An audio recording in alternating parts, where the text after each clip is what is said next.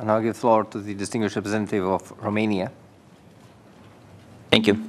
Mr. Chairperson, honorable delegates, we have the honor of addressing you today as Romania's youth delegates to the 64th UN General Assembly. It is the fourth time Romania has youth delegates at the United Nations, and we commend our government for its commitment to youth participation in decision-making. In this sense, we call upon all governments to include youth delegates in their national delegations to the UN during relevant discussions in the General Assembly and in the Economic and Social Council and its functional bodies. We also wish to thank the Romanian youth organizations and the UN bodies for their openness to our participation in the New York working sessions. Involving youth in the decision-making process is boosting the implementation of youth policies. By delegating increased responsibility in our hands, we become empowered and motivated to actively promote positive changes in our societies. It also leads us to recognize our role and position and make decisions for ourselves and our communities from a well-informed standpoint. Involvement sets free and turns one into an independent, dynamic and creative individual and nonetheless a responsible citizen in a global society. Building with vision leads to sustainability, and this calls for clear steps and confidence that our actions have a positive impact on those we represent. We are aware of the fact that such an enterprise in the medium to long run requires a lot of planning, effort and various resources. It is but a fact that young people are among the most important resources of the world. Therefore, our empowerment is imperative. Looking back to Romania, we realize that we are privileged with an efficient educational system based on universal values. Nowadays, education is becoming increasingly expensive and consequently less affordable for many children and youth, thus affecting the progress of our societies.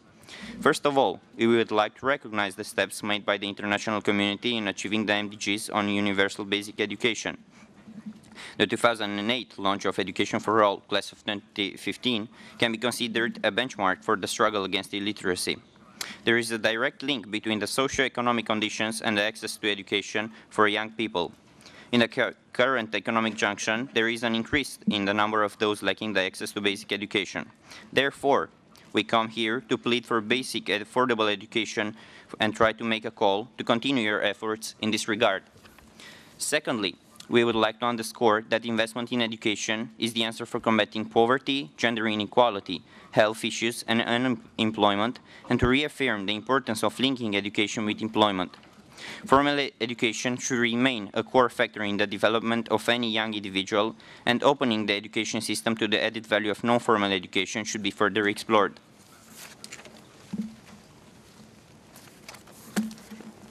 Mr. Chairperson, distinguished delegates, on youth in economic crisis. The world has been currently experiencing an acute financial and economic crisis. It is a truism to state that in a crisis context, vulnerable groups suffer most. As Romania's youth delegates at the UN, our attention stays with youth as one of the most vulnerable groups worldwide. According to the International Labour Organization, a total of 59 million people have joined the ranks of the unemployed since the beginning of the financial meltdown in 2007, out of whom over 40% are young.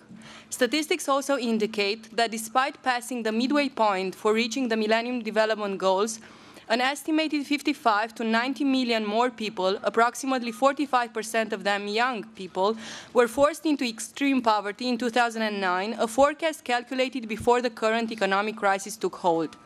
Poverty is the #1 enemy of youth and, more generally, the #1 enemy of a fair society.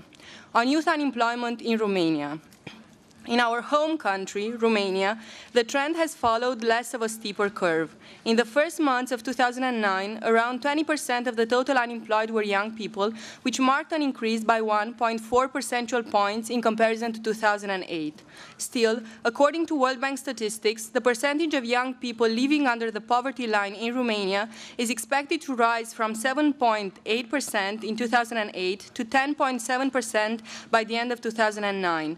These data are indeed worrisome. Nevertheless, Romanian national authorities have embarked on several legislative projects to develop and implement strategies that provide young people with real chances to find decent and productive work.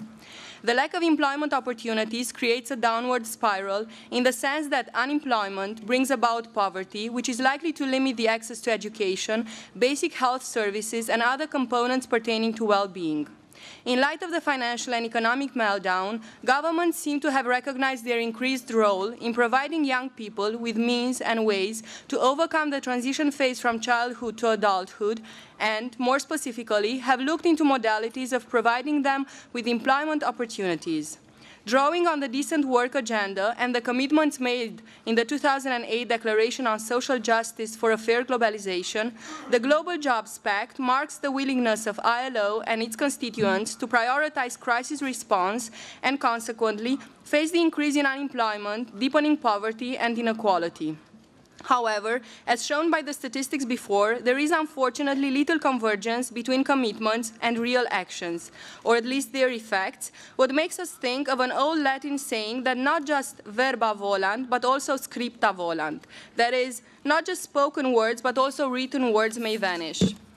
On youth participation, for concrete effects to be apparent, we call upon governments and civil society worldwide to start taking action and view the current financial and economic crisis as an opportunity to boost the economy via effective and innovative mechanisms, and furthermore, create incentives for youth participation in the decision-making process.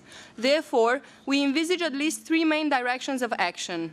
Firstly, we need to address one of the main causes of youth unemployment. Therefore, it is high time for the educational curricula to be revised worldwide and made more comprehensive while minding both the specificities of the labor market and the components of social and sustainable development.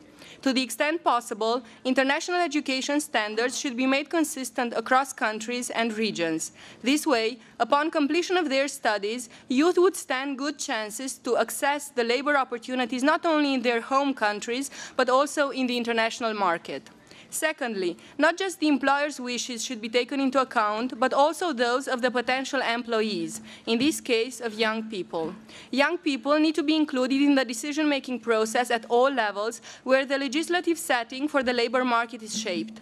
This would be a fair approach to youth, as we could promote and lobby in our own interest. Participation can be achieved, among others, via information and communication technologies as concrete tools to empower youth's voice and make it heard in the legislative process. Thirdly, more focus should be placed on youth initiatives in the financial and entrepreneurial fields.